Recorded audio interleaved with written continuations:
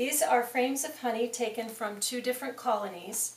We have 5 colonies, and 3 of them will produce like this next year. The honey in this green cooler was extracted about 3 weeks ago, and the honey in the white cooler, the frames in the white cooler, was extracted day before yesterday. After we uncap 2 of these frames, then we'll put it in this extractor.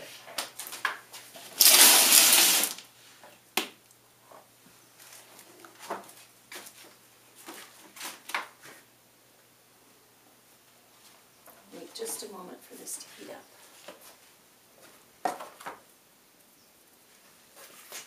I haven't done this in a year, so I'm a little rusty. Do you want to move that cooler so you can? No, this is fine. Okay, so what we do is we start at the edge, and we try, the goal is just to take the very top off of that comb, and you have to move quickly. My knife's still not quite hot enough. You have to move quickly, or if you leave the knife on there too long, the honey will melt and you lose it. What are you trying to accomplish by, what are you taking off? I'm taking off the top of the cell. These are cells of the comb, just like honeycomb that you've had before.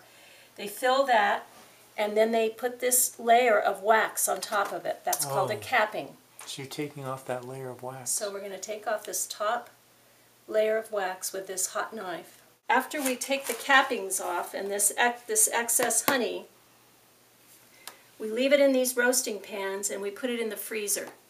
And then in January, February, we give this as a supplement feed to the bees.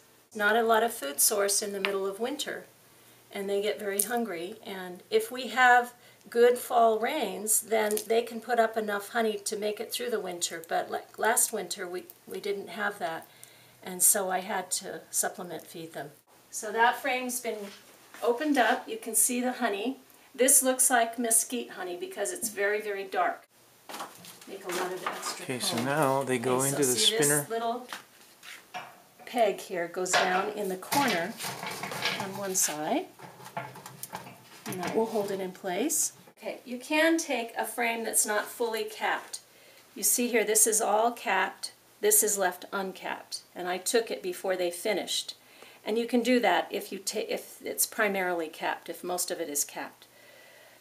But the bees usually don't cap this until it is 17% water.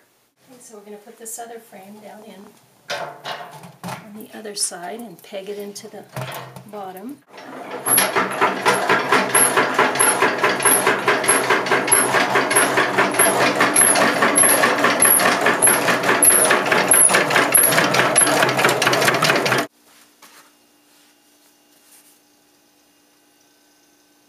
What a beautiful color. Isn't it? Rich. Mm-hmm. And what do you do with the empty combs?